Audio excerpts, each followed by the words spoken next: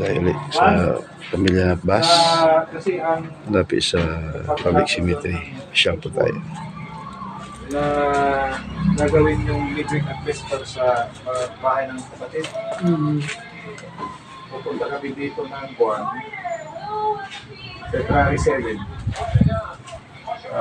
Midweek. 7, February pa. February. Tagal-tagal pa.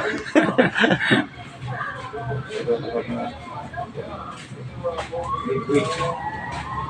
Kunin ko yung number nyo, brother, para matawagan ko. 094 66 819 443. May ko naman ako elder doon sa Kikuan. Mayroon kami Facebook ni. Si Pan. Membro kayo ng Kwan? Hindi Group may chat? kapag-hindi. Hindi kayo membro doon? Pag kayo member kayo, Hindi kayo member ng group. member tira, Hindi pa. panananantay ko. May member kayo sa Sabado na, ipaalala nyo pag makapasyal tayo. Sa Sabado may community service. Tayo. Doon sa ako. Hindi sa custodiary. Tsaka 10 days. Ay, 10 nights. Ka 10 days, 10 nights of prayer. Start bukas. Bukas hanggang sa 20 ba?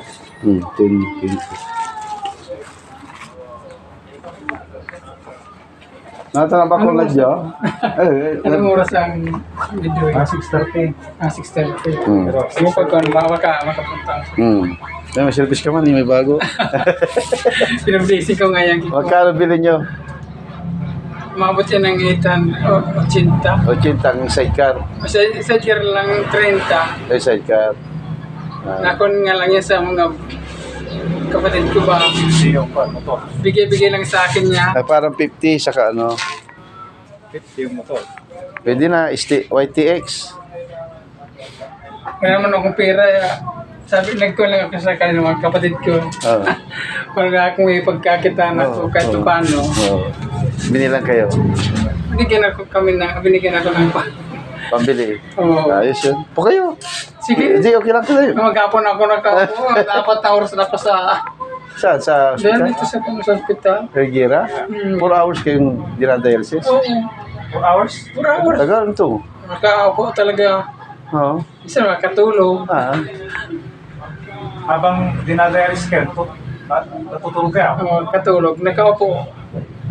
Pero yung upuan naman, ayos naman kasi yung malambot Relax. talaga. Oo. Relax ka doon. Kano binabayad niyo dyan? Ngayon, nagbayad naman ako ng kulang 1,000.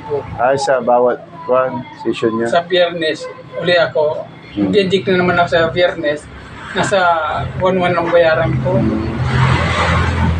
Pero kung walang inject, 350. Lang, oo.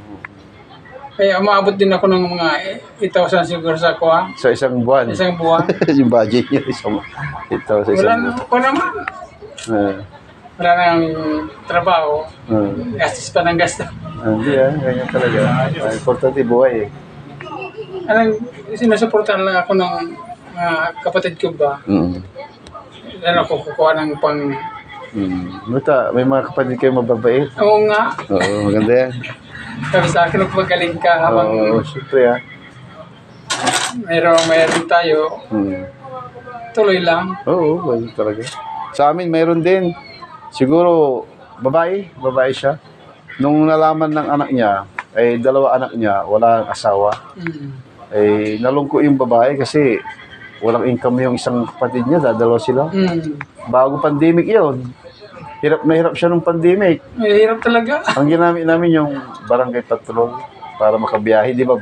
Mahirap magbiyahe. Pero siya, mas maganda pa nga yung katawan niyo siya, yung babae. Yung may team siya, yung... Oo nga, yung ibang ko. Maganda yung kulay, siya talagang halatadong may team. Hindi kasi parang kinukuha ko rin ng sarili ko ba. Yung bawal. Oo, dapat lang. Pagkasindayan nyo,